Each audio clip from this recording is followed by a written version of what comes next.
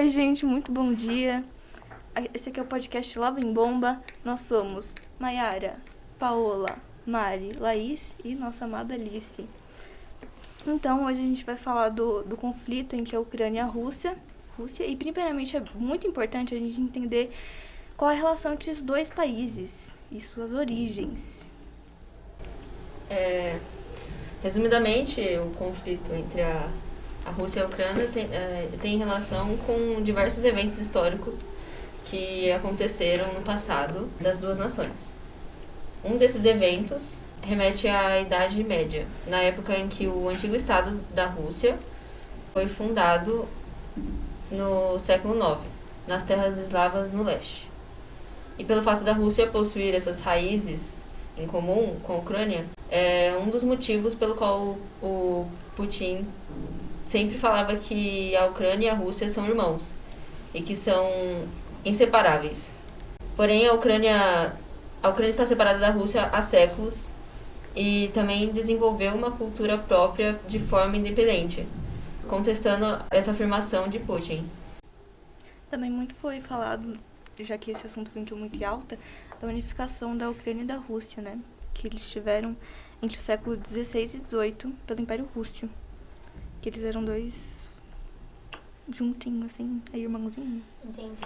Né? E depois do colapso do Império Russo, a Ucrânia passou a ser dominada pela União Soviética por um tempinho.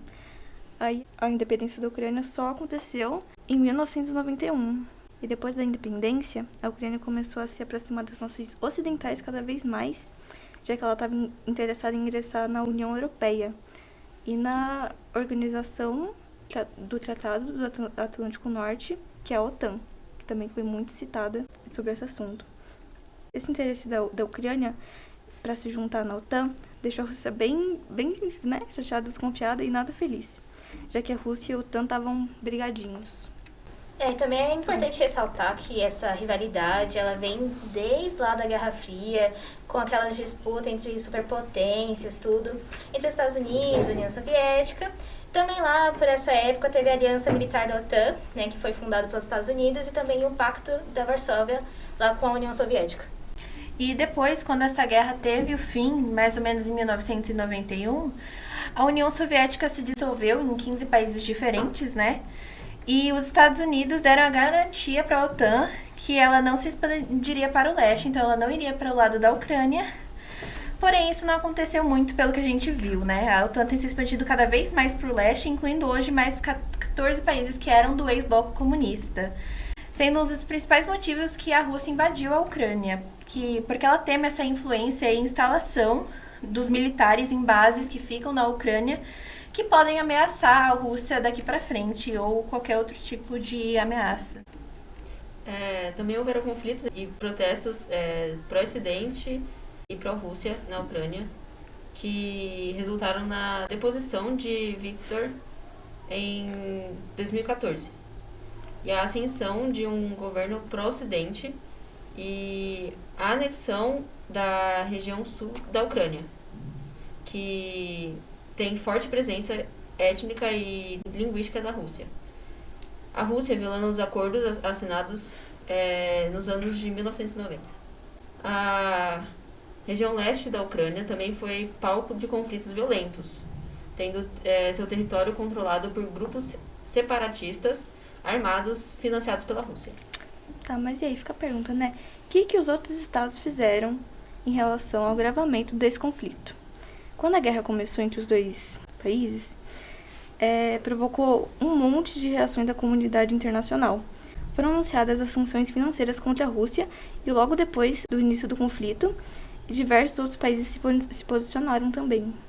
E também é importante lembrar das questões de aliados, essas coisas, como, por exemplo, os aliados da Ucrânia, eles são considerados os mais poderosos, né, por causa que é os Estados Unidos, a União Europeia. Então, como os outros países da OTAN e as nações vizinhas se posicionaram como aliados na Ucrânia também.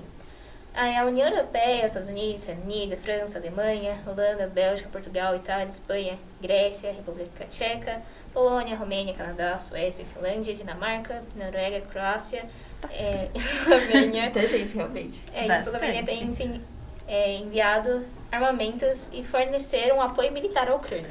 Mas a gente tem que lembrar que nem todos os países ficaram contra e se posicionaram contra o Vladimir Putin. Por exemplo, a Bielorrússia, que é uma nação basicamente localizada entre a Rússia e a Ucrânia, disponibilizou seu território contra a partida da Ucrânia e contra a reação da Ucrânia contra a guerra. Síria, Venezuela, Cuba, Nicarágua também se posicionaram como aliados de Vladimir Putin. E ambos parceiros da Ucrânia e da Rússia têm demonstrado seus interesses nas votações da ONU. Coreia do Norte, Eritreia e Síria votaram contra a resolução que condena as ações de Moscou. Enquanto países como China, Índia, Irã, El Salvador e a Bolívia se abstiveram. Putin também afirmou que haverá consequências nunca antes vistas caso haja interferência externa de outros países.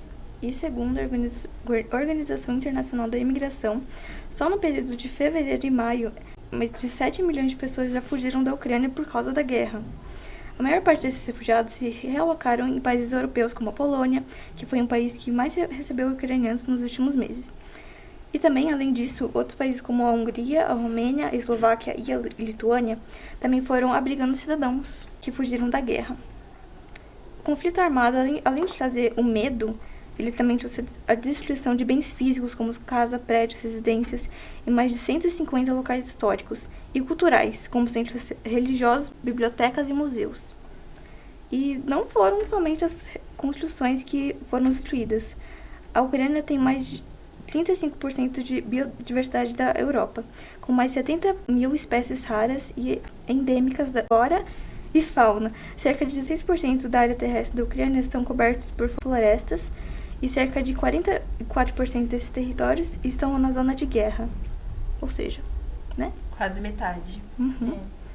Também devemos ressaltar que experts em química e geografia acreditam que efeitos como a contaminação dos solos e da água, da chuva ácida e a radiação duraram anos, ou até mesmo décadas, que não afetaram somente o local do conflito, mas o mundo todo. As explosões de bombas e minas dispersam de matérias radioativas na atmosfera. Enquanto isso, o grande número de tanques, blindados e outros veículos de guerra lançam toneladas de carbono na atmosfera. A gente já falou como esse conflito afeta nos âmbitos sociais, ambientais, mas como que ele está afetando a economia, tanto da Ucrânia, quanto da Rússia, quanto também do mundo? Bem, as principais consequências econômicas que estão relacionadas ao nosso país são as consequências no na agropecuária, porque a Rússia é uma das grandes exportadoras de petróleo, trigo, milho, óleo de girassol e até mesmo fertilizantes, que é o que tem a ver com o que a gente vai falar hoje, né? Essas matérias-primas, elas são necessárias para a produção de combustíveis e de alimentos. E as consequências desse conflito já estão chegando no nosso bolso, a gente sabe disso, especialmente por causa do aumento na gasolina. Basicamente, os países que lidam com a alta inflação, como o Brasil, a gente está numa hiperinflação agora, eles são muito afetados por isso e tendem a sofrer ainda mais os efeitos. Mas agora que já falamos sobre as principais causas e consequências da guerra, que tal discutirmos um pouco sobre as ações necessárias para lidar com o problema? O que vocês acham que deve ser feito?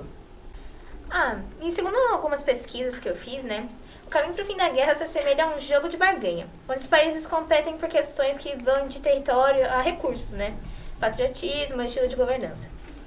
No cenário ideal, os dois lados fazem isso com base em suas probabilidades relativas de vencer uma guerra hipotética. Às vezes isso não é possível, assim, mas assim como o que está acontecendo na Ucrânia agora, nesse caso, os dois devem travar batalhas até o cansaço ou a desistência de um dos lados. Então, eu acredito e acho que que todos vão concordar que, independente de qual caminho a guerra tomar, devemos garantir a segurança dos cidadãos dos países em conflito, principalmente por meio de acordos que respeitam direitos humanos, como a demarcação de áreas neutras, por exemplo, em locais com muitas residências, no caso. Enfim, acho que conseguimos cobrir bem o assunto e dessa forma concluímos o nosso podcast. Muito obrigada, gente. É isso, galera. Beijocas. Beijocas.